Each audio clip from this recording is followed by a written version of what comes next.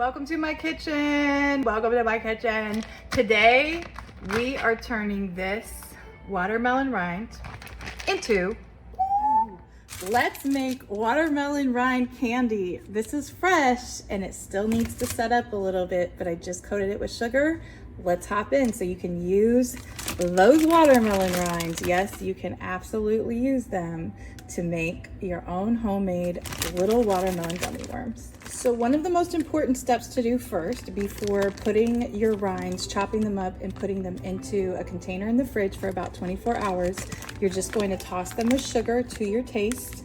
If you want any other elements like some spicy or anything like that, the most important thing is to remove and peel this down, right? So when you're using this, we want this part of the rinds.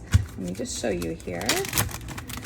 And it's okay, obviously, to leave a little pink, get out as much fruit flesh as you can for what you're making.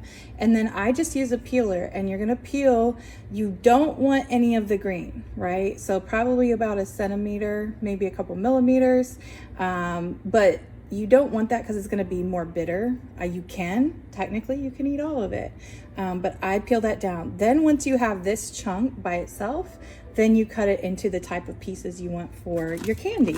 So I have boiled this down for about an hour after letting it soak for about 24 hours in some sugar. So when I took my pieces out of the fridge, again, I poured all the contents. You're going to see a chemical process happen.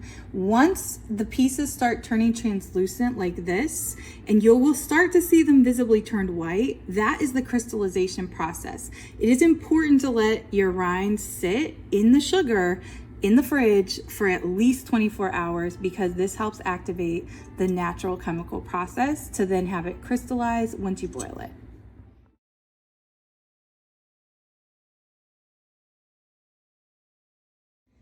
Okay, here it all is, the watermelon candy. So you're gonna let this set up a little bit, and I'm gonna actually sprinkle sugar across the top just because I want it to have that extra sugary, almost like some gummy worms, you know, type flavor. So I'm just gonna do like this, and then we're gonna let it harden and set up. See how this turns out. I'm really excited about it.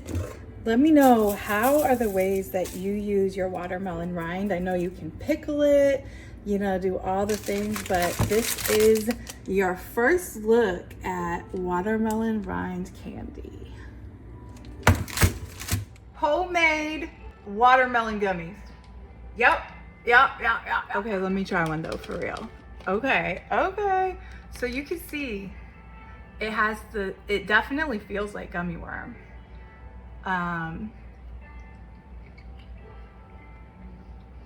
Stop it.